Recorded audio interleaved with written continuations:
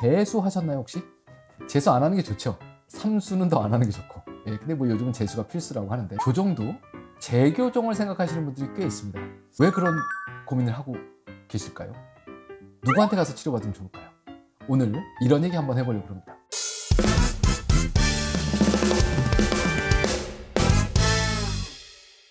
뭐 여러 종류가 있는 것 같아요. 초등학교 때 교정치료하고 중학교 때 교정치료했는데 나이가 30이 넘으니까 좀 변화가 생겼어요. 다시 가지런 하게 하고 싶어요. 이런 경우가 제일 많은 것 같아요. 또 다른 거는 지금 막 교정치료가 끝났는데 교정치료가 제대로 된 것 같지 않아요. 그래서 슬프지만 다시 교정치료 해야 될 것 같아요. 이런 분들도 있습니다. 유지장치를 띄고 났더니 변화가 생긴 것 같아서 다시 교정하고 싶어요. 이런 경우도 있고, 그 다음에 예전에 교정치료 했는데 이를 안 빼고 했는데 입이 나온 것 같아서 다시 교정해서라도 입을 집어넣고 싶어요.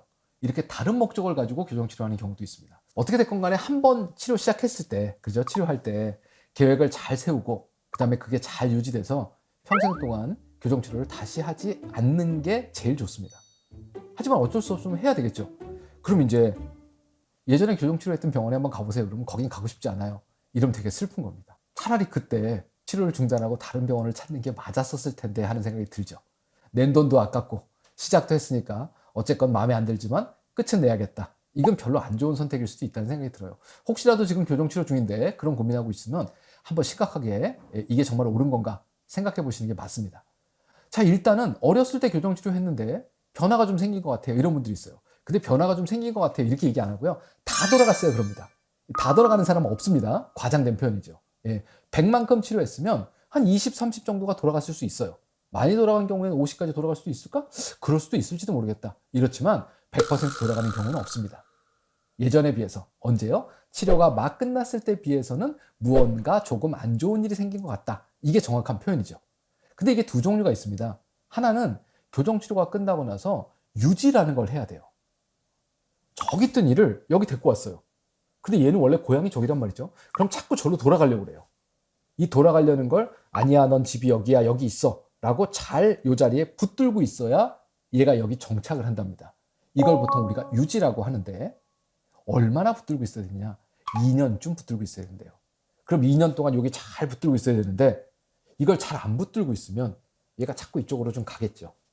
이렇게 생긴 재발이 있습니다. 이건 사실 내가 교정치료 끝나고 나서 유지장치 잘 꼈으면 막을 수 있는 건데 이건 좀 아쉬운 거예요. 하지만 어떡하겠어요? 다시 해야죠. 또 다른 거 하나는요. 시간이 너무 많이 지났어요. 5년, 10년, 15년, 20년이 지났습니다. 그러면 교정치료한 결과가 20년 후까지, 10년 후까지 유지가 되느냐? 안 됩니다. 안 된다고 얘기하는 건 왜 그러냐면 여기 교정치료를 했어요. 그래서 2년 동안 잘 유지를 했어요. 그러면 교정치료가 할 일은 다 한 거예요. 그런데 삐뚤어졌던 사람, 가지런한 사람, 교정치료에서 가지런한 사람, 이런 모든 사람들이 세월이 흘러가면서 이에 변화가 생깁니다. 이건 교정했기 때문에 생긴 재발이 아니고요. 나이가 들면서 세월이 흘러가면서 생기는 자연스러운 변화예요. 그 자연스러운 변화 중에 가장 흔한 것 중에 하나가 아래 앞니가 삐뚤어지는 거랍니다. 이건 교정을 했든 안 했든 다 그런 변화가 생겨요. 이게 나이 드는 변화 중에 하나랍니다. 주름살 생기는 거하고 비슷한 거죠. 그런데 내가 교정을 했는데 15년이 지났어요. 난 나이 안 먹습니까? 먹죠. 그러니까 아래 앞니가 틀어질 수 있는 겁니다. 이건 교정 재발이 아니에요. 자, 그때쯤 됐는데 두 가지의 사람이 있어요. 한 사람은 에휴, 그래, 교정 치료했으니까 내가 그래도 잘 때는 잠 못 입는다고 생각하고 유지장치를 좀 오랫동안 껴야지. 그러면서 계속 끼고 잔 사람이 있어요. 이런 사람들은 세월이 흘러가는 변화까지도 일정 부분 막았습니다. 그런데 2년 열심히 유지장치 끼고 아유, 교정 치료 이제 그만, 아유, 귀찮아서 못하겠다, 유지장치 그만 끼자. 이런 분들은 재발이 아니고 뭐예요? 세월의 흐름을 만나게 된 겁니다. 그럼 그때 고민해보면 되죠.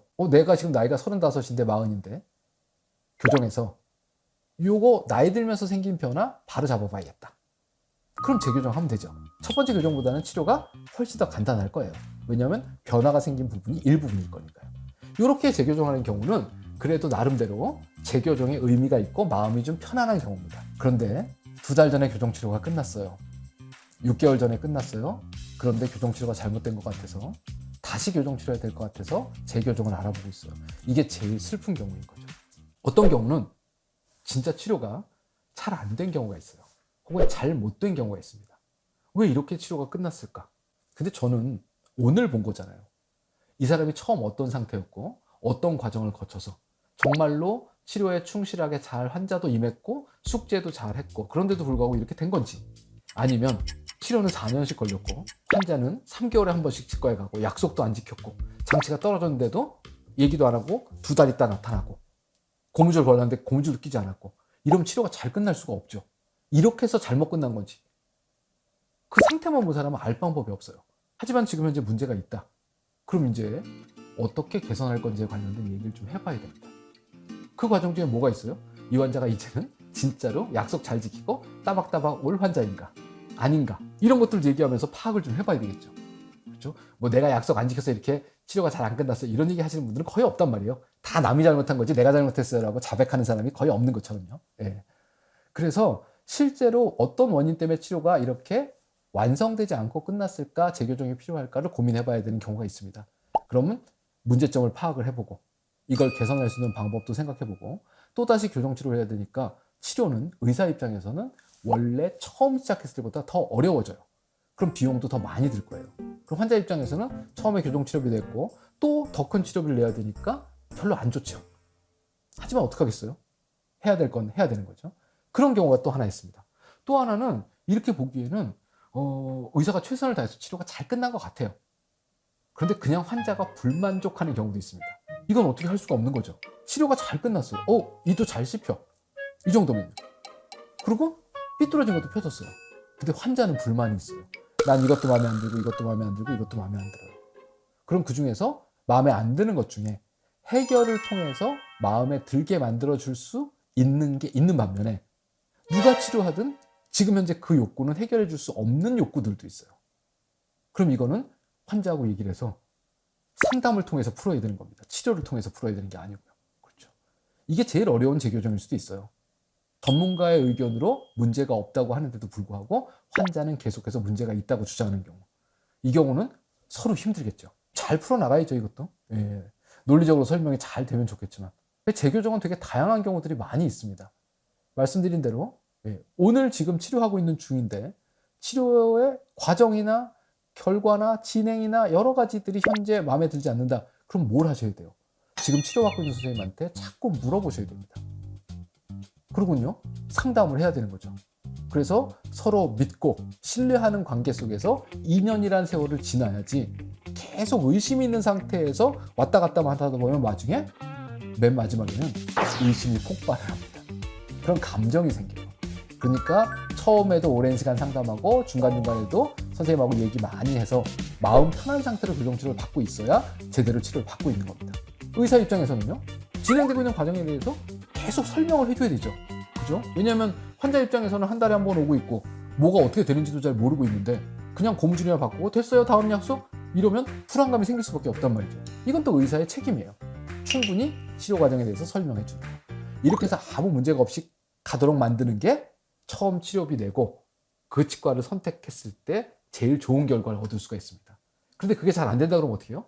빨리 그만두고 다른 치과를 찾아보는 것도 방법이죠. 왜냐하면 거기서 끝난 다음에 또 가면 실제적으로는 비용도 더 들고 그 다음에 치료 난이도도 더 올라갈 수가 있어요. 교정치료는 치료를 여러 번 한다고 크게 문제가 생기진 않습니다. 움직였던 치아에 또 힘을 가한다고 대단한 일이 생기지 않아요. 그러니까 너무 마음에 부담 갖지 마시고 내가 옛날에 교정치료했는데 다시 한번 해보고 싶다라는 생각이 드시는 분들, 그 다음에 현재 교정치료가 막 끝났는데 내가 문제가 있는지 확인 한번 해보고 싶다는 분들, 혹은 문제가 있다라고 느껴져서 지금이라도 다시 교정치료하고 싶다고 느끼는 분들, 이런 분들은 이번에는 어떻게 해요?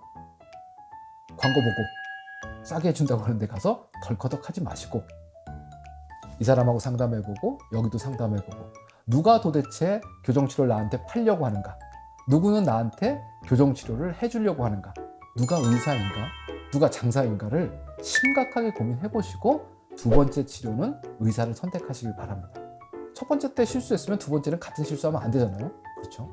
뭐든지 재자가 붙는 건 어렵습니다. 그렇죠? 재수 또 뭐 있죠? 또 하면 안 되지만 재혼, 재교정 이런 것들은 인생에서 안 할 수 있으면 안 하는 게 더 좋을 수도 있지만 해야 된다 그러면 빨리 올바른 선택을 하는 게 더 좋을 수도 있겠다라는 생각입니다. 화이팅입니다. 감사합니다.